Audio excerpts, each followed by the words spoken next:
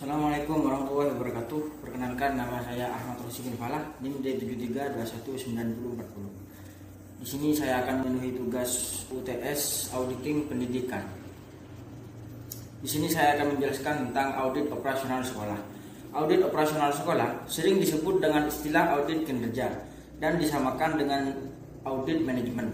Karena manajemen yang melaksanakan kegiatan operasi perusahaan yang menentukan kinerja perusahaan. Audit operasional bertujuan memberikan penilaian terhadap kinerja perusahaan dengan memperhatikan aspek ekonomis, efisiensi, dan efektivitas. Audit operasional merupakan bagian dari sistem pengukuran kinerja untuk mengendalikan aktivitas manajemen. Pengukuran kinerja merupakan bagian dari fungsi pengendalian manajemen karena pengukuran kinerja dapat digunakan untuk mengendalikan aktivitas. Menurut Mahmudi mengatakan bahwasanya setiap aktivitas harus terukur kinerjanya agar dapat diketahui tingkat efisiensi dan efektivitasnya.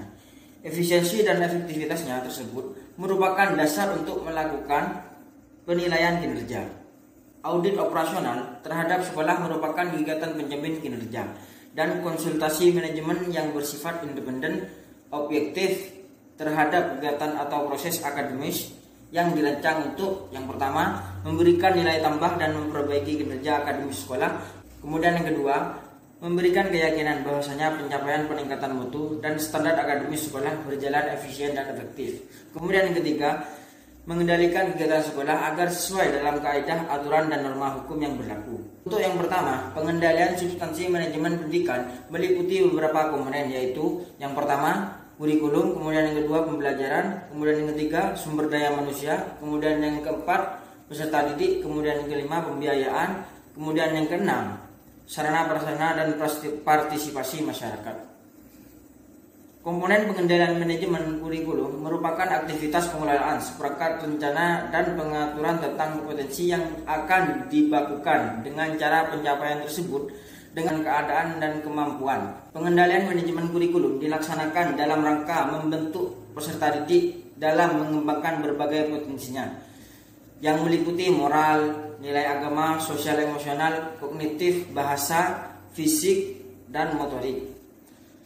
Dalam sistem pendidikan, pemerintah sebenarnya sudah melakukan langkah-langkah pengendalian manajemen kurikulum. Ini melalui perangkat-perangkat kebijakan dan peraturan. Peraturan tersebut misalnya Undang-Undang Nomor 20 Sindikmas Bab 10 Peraturan Menteri Pendidikan Nasional Republik Indonesia Nomor 23 Tahun 2006 tentang standar kompetisi lulusan untuk satuan pendidikan dasar dan menengah. Peraturan Menteri Pendidikan Nasional Republik Indonesia Nomor 41 Tahun 2007 tentang standar proses dan lain-lainnya. Kemudian, proses pengendalian manajemen pendidikan tersebut berlangsung secara terus-menerus dan berusaha membentuk sebuah siklus.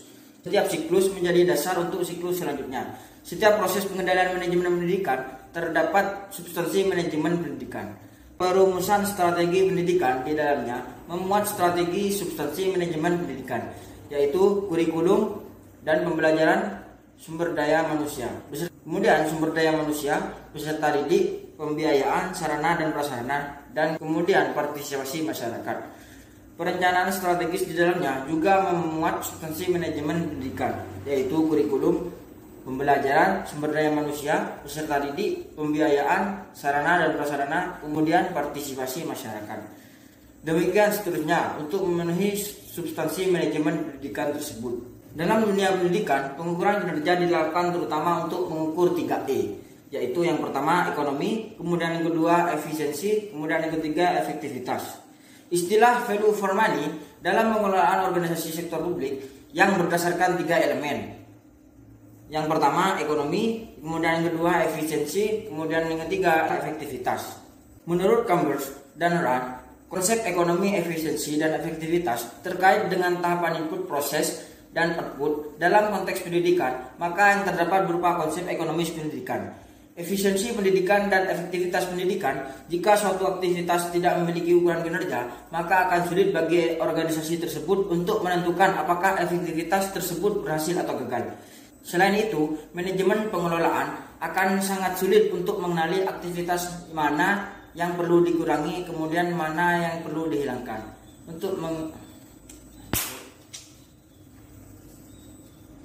Selain itu, manajemen pengelola juga akan mengalami kesulitan dalam mengatasi aktivitas mana yang perlu dikurangi, kemudian aktivitas mana yang perlu dihilangkan untuk meningkatkan efisiensi.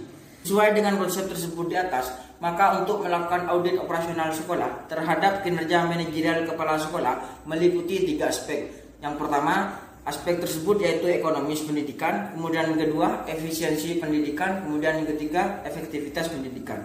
Sekian penjelasan dari saya, kurang lebihnya mohon maaf. Wassalamualaikum warahmatullahi wabarakatuh.